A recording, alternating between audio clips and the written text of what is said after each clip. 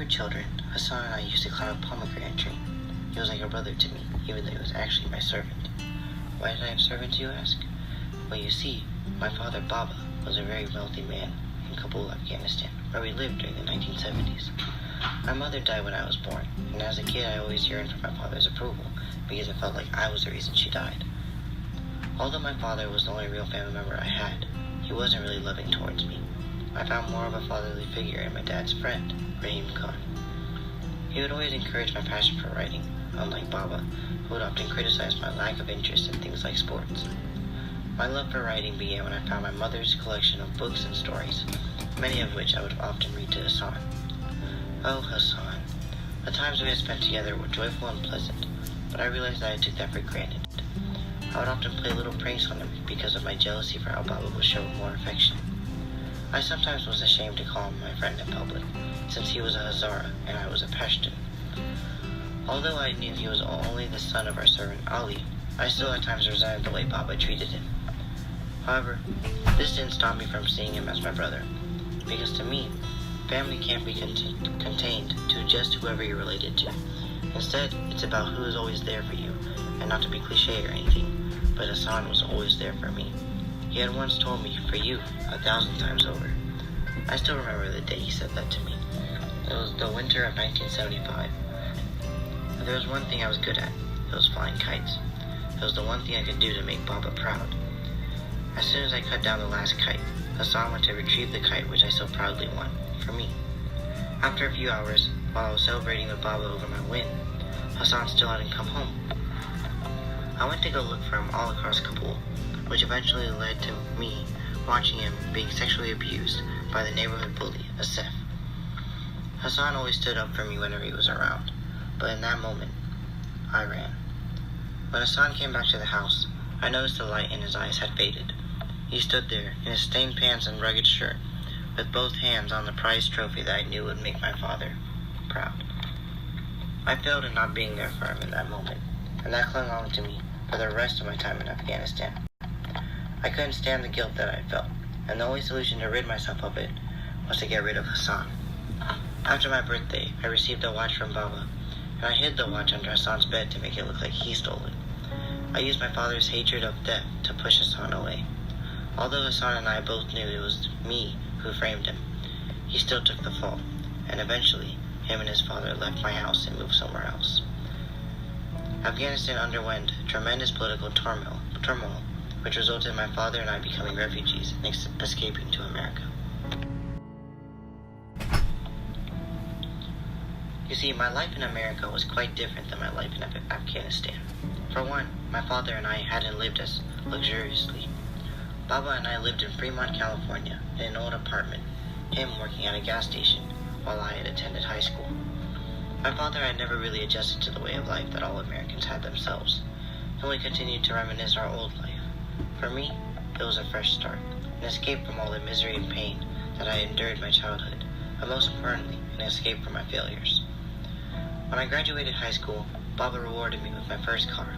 It was one of the few times I felt like Baba was proud of me, truly proud. To celebrate my graduation, Baba and I went to a bar. He talked about how great this day would have been if Hassan were here to celebrate with us. This talk of Hassan brought back all my guilt, and I thought of where Hassan was now, and how he has been. It was also then that I told him I wanted to go to college to get a degree in writing. Eventually, times got hard, and Baba and I had to resort to selling at a flea market to get by. It was there that I met Soraya. She was a fellow Afghan and sold with her family at the flea market. I let her read the stories I wrote, which gave me confidence to pursue the writing career. As time went on, Baba got very weak and sick. He refused treatment, and both Soraya and I knew it would be his time to go soon. During this time, Soraya and I grew close, and I wanted to marry her. Before Baba got more weak, I had asked him to call Soraya's father, General Tahiri, to meet with him for his blessing. We eventually got married, and that was one of the best days of my life. Shortly after, Baba had died, and it felt like such an empty hole in my life. Soraya and I had even tried for a baby, but due to medical reasons, she was unable to conceive. We got older, and life was pretty slow, until one day, I got a phone call from Baba's old friend, Rahim Khan.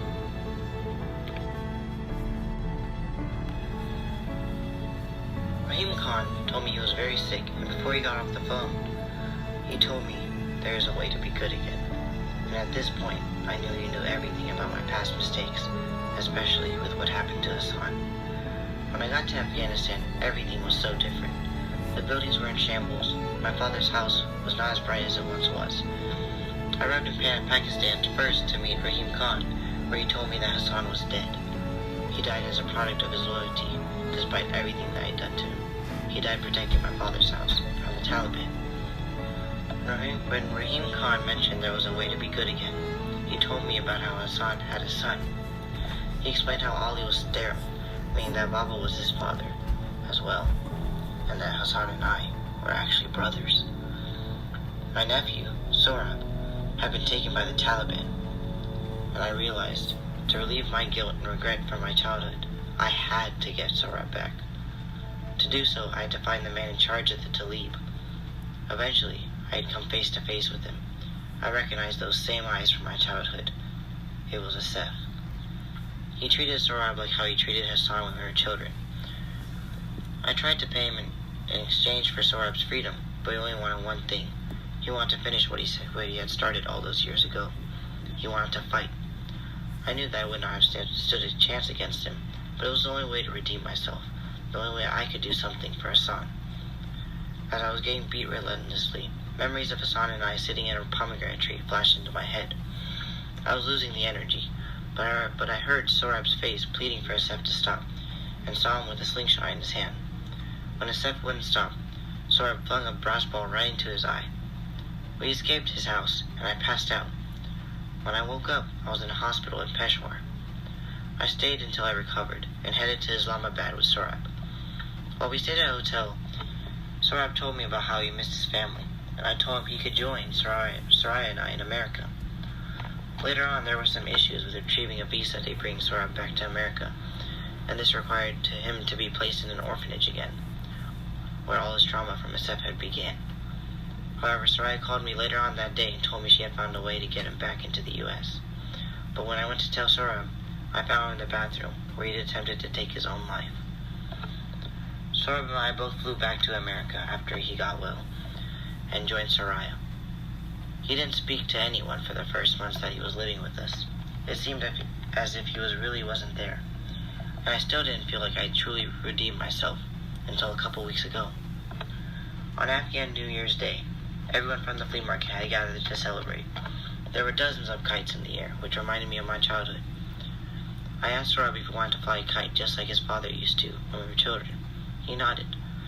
As we cut a kite, I asked if he wanted me to run it for him, just like how Hassan had all those years ago. He nodded once more, but this time, smiling. I heard myself say, "For you 1,000 times over."